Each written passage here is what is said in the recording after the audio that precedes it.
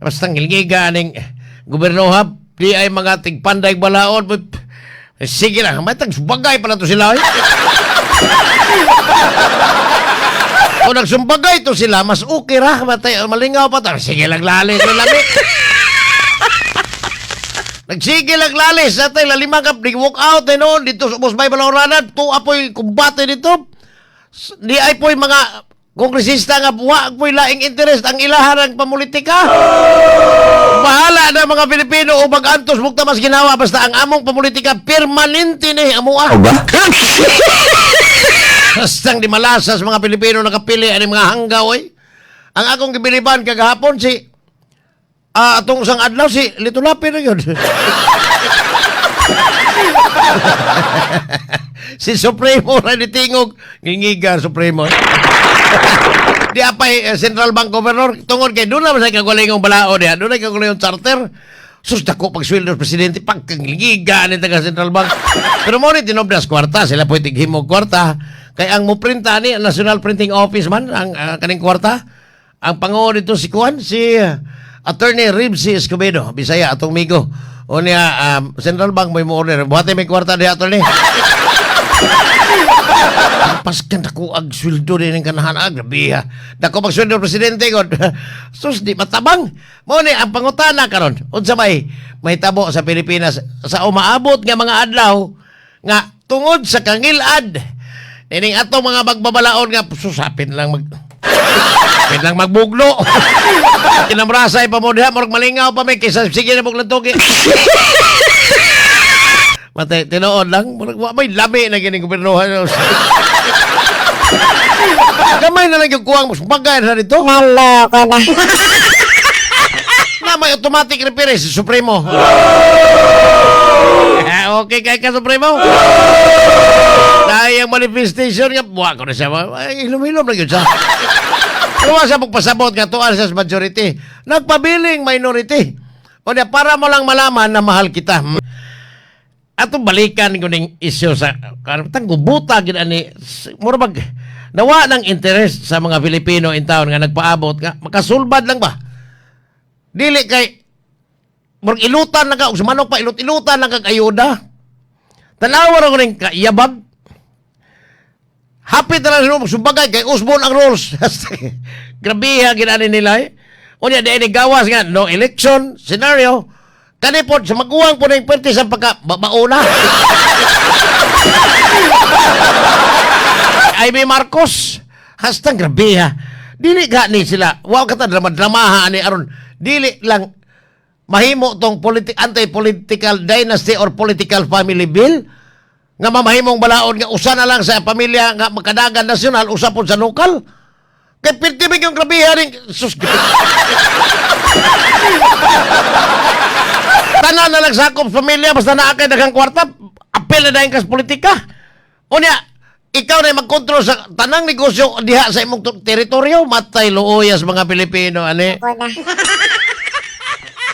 layo pa kayo dali sigig tugpo-tugpo nga kuan for president tang layo pa tong 2028 ang gikinahanglas mga Pilipino karon ang kaning kalisod sa katawhan nga nag-anto sa grabing krisis.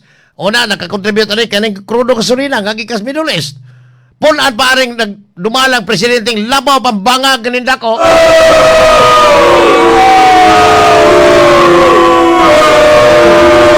Sus, mura na kanang wa na magitay permanente na ganan. Natrabaho ka, og naa kay kwarta. Inigpalit mo buhis na. Unya, og inigsweldo nimo, withholding tax na. Nalo ko na. Wa man kay daganan aning gobyerno bisag asan napitas tibok kalibutan way daganan ang mga tao bisa pag nagtrabaho or wala. Tungod kay automatic yung kang mubuhis bisan pa og ang imong sa gamay kay puntel ipalit nimo dito na ay buhis pirme. Ang bati kayo tungod kay ang imong buhis ang anikas Pilipinas magbase arang-arang man to. Kanis Engineer Chris Labiaga tuwa sa Middle East at sigurado kong ang ilang buhis dito mabalik sa serbisyo katawhan. Amerika mabalik sa serbisyo katawhan ang ilang buhis. Ari ka sa ubang mga nasod like Singapore pertin dali arang ibalik. Abti kay ilang gobyerno nga mobalik sa buhis Nga sa giamot nga buhis sa katawhan ngadto serbisyo. Ari kas Pilipinas, sige kag amot og buhis punta dito sa mga tambaloslos. Nga nakaangkon og pertin daghanang malita. Pertin daghanang kwarta o niya ganahan pa kang mubuhis. Dili unta apan ang problema kay wa kay daganan kay permanenteng nagtangag og buhis. Kumataglihok nimo kun doon na kay ipalit buhis, mangutang ka buhis. Hastang luuya sa mga Pilipino in taon anay mga nagdumaa karon na negative 50 na ang rating sa bangag. Naloko na. Base sa SWS survey, negative 50 na. 15. Pastang paita, di pa usang. Jinggoy, partisang grabiha kay padong na ning mapreso ni.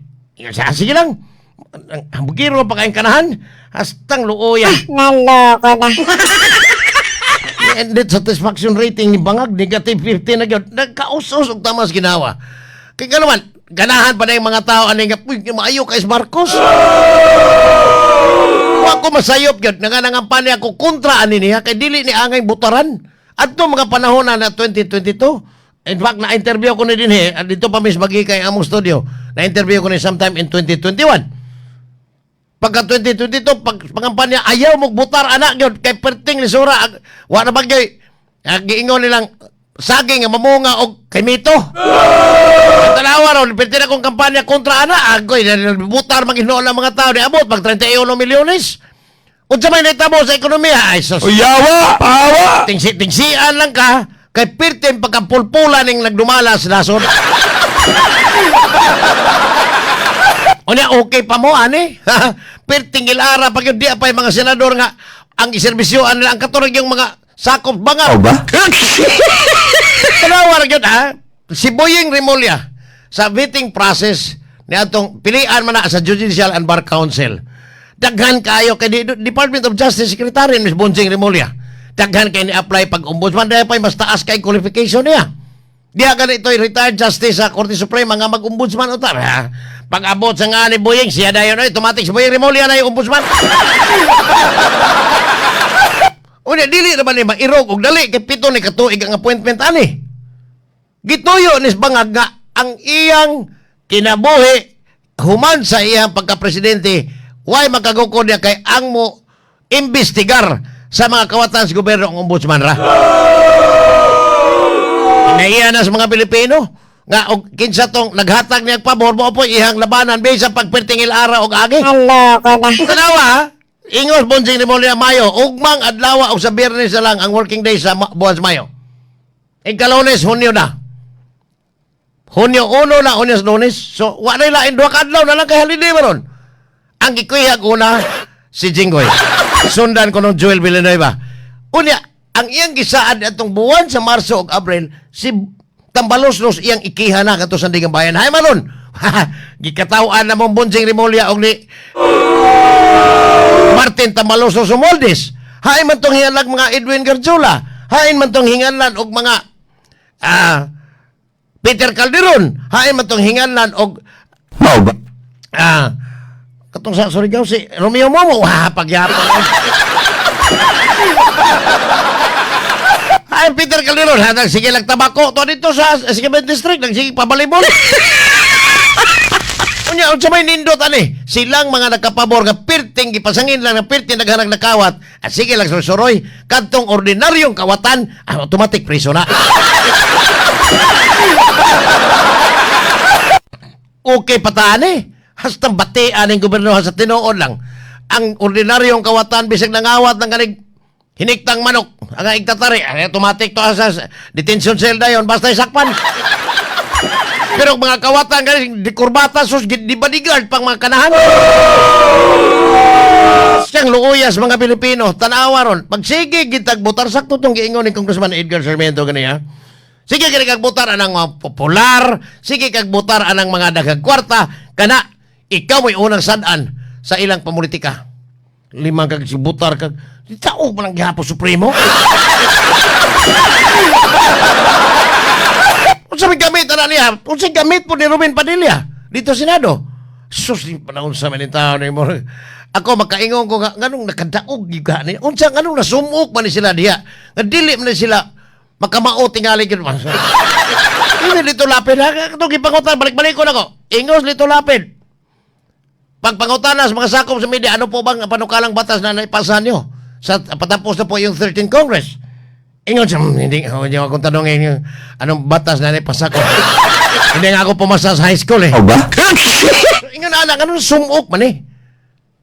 Agdula manggali charter change. Usbon ang atong batakang balaod. Kanang mga provisions, kana untang educational attainment. Pareha atong giingon ni Miriam Defensor Santiago sa una, nga dapat yun usbo na kana dihan dapitang provision kay ang naa diha gibutang able to read and write.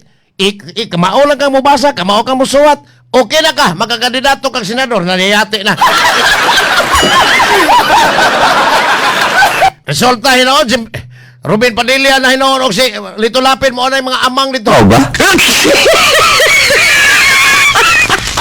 Aton bang Boss Ludwig Ubiga, nakatawag na sa akong attention kahapon kay foreign dignitaries and delegates who have recently met with Mayor Basti including kadiyot putol. Kadiyot taasa deh. Kadiyot lang hakin ng putol ni. Di man mukamang na sa computer ako, Boss Glenn. Akong usbon. Matod pa niya, nakatawag ni sa akong atensyon kagahapon. Matod pa ni Boss Ludwig Umiga, kay kagahapon, kay foreign dignitaries and delegates who have recently met with Mayor Basti include Ambassador Jing Quan sa China, meet with Mayor Duterte to boost local level cooperation and bilateral ties between Davao City and China. Ambassador Massimo Santiago, European Union, visited the city to explore additional areas of cooperation and strengthen bilateral relations between the EU o European Union and Davao. Ambassador Franz Michael Schuld Melvin, Denmark o Danish, held discussions on potential collaborations in healthcare, agriculture, and investment.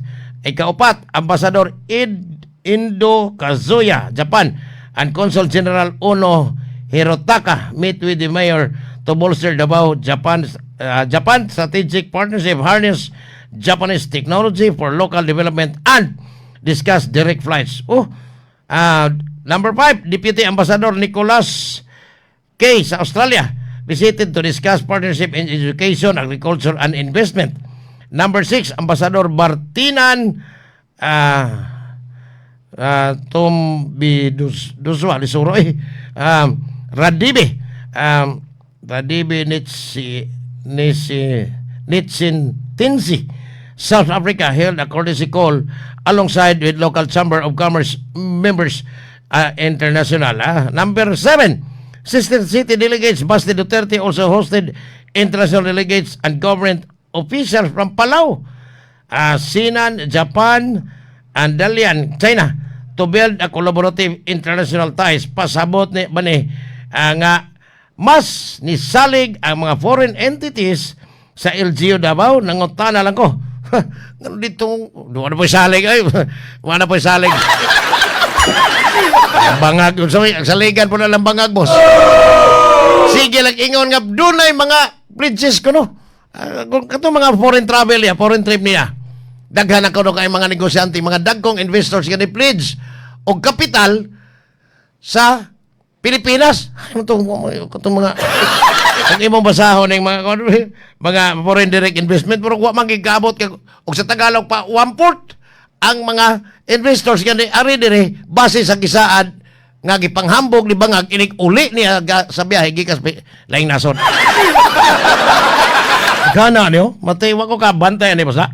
Thank you sa info ha. Thank you sa imong pag-share Boss Ludwig ha. Daghana ni mga ambasador sa China, daghana ni mapuno ang Mindanao ni. Limang daghana. Nya pa yung mga Africans, EU, mga European Union nations, daghana. Mo na murag tuan na dito ang mga investors padong sa Mindanao kaysa adtos kauluhan agi-agi. Agi pagkakaral proyekto na samot. Permis ang pinapirahan ni Leandro Mendoza, Leandro Liveste, awa na, diskwido. Kung nakangilad sa atong gobyerno karon. Sige mo ko tagbutar. Pulpol gani kayo sa imong tanaw. Ayaw intawag sugal ang atong kaugmaon. Kay ingno na to, og ikaw rin ibutar, ini kadaog na atong kaugmaon ang nakapusta nimo. Nibutar ka ni kaana niya kapintig yung pagkapulpulas. Sus, Ginoo ko. Unsa may imong mahimo, ana, sa umaabot ka ng tagaan kag akap? Mao ba? Tagaan kag aik?